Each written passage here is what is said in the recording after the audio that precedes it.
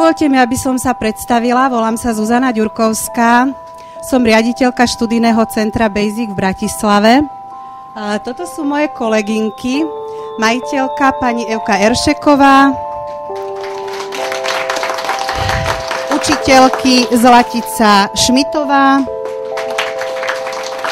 a Saška Jakubeková. Študijné centrum Basic sa zaoberá deťmi, alebo teda pomáha deťom, ktoré majú problémy s čítaním a s písaním.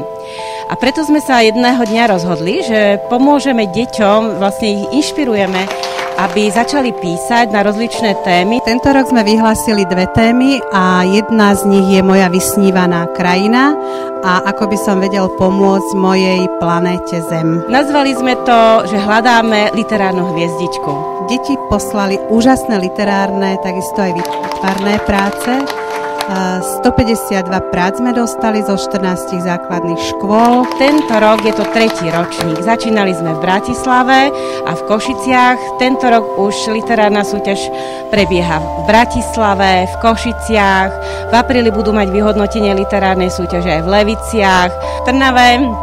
Takže postupne to sa rozširujeme na celé Slovensko. Ja by som vás rada poprosila, pani Dobiašová, keby ste nám povedali trošku o vašej práci, nakoľko sme začali spoluprácu práve s vašim časopisom Bobíkom. Možno trochu viac o tom, čo robíte, prečo píšete práve pre detičky a prečo vlastne aj naša tá spolupráca teda vznikla. Naša spolupráca vznikla tak, že my sme si do časopisu Bobík, ktorý je pre deti predškolského a mladšieho školského veku, vymysleli takú prílohu pre rodičov a pedagógov, volá sa to Máme doma školáka. Ten časopis je pre deti, ktoré ešte nevedia čítať alebo sa učia čítať a chceli sme tým pádom osloviť cez ten časopis aj rodičov, ktorí chytajú ten časopis do rúk, deťom ho čítajú, nejakým spôsobom s ním pracujú a tak sme chceli sa prihovoriť aj rodičom. Tento školský rok ste už na našich stránkach v Bobíkovi a ja sa veľmi teším z tej spolupráce a verím, že bude ešte lepšia,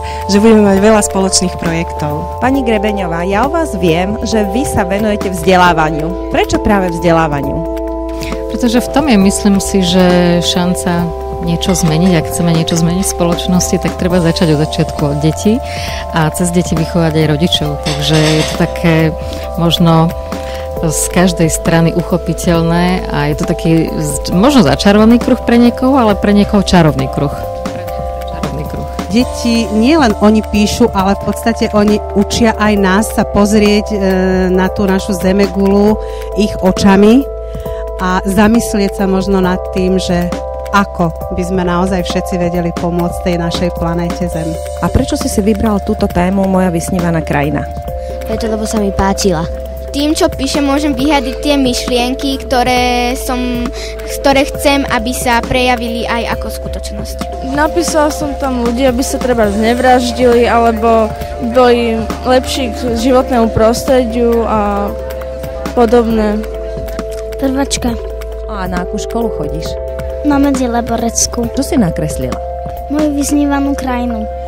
Slniečko ako vychádza. Rybička, žabka, korytnačka, mravček, had a slimák. Chcela som nakresliť niečo také, že čo by sa v skutočnom svete neudialo, lebo zemegula by nemohla plávať na lodi. To je pravda.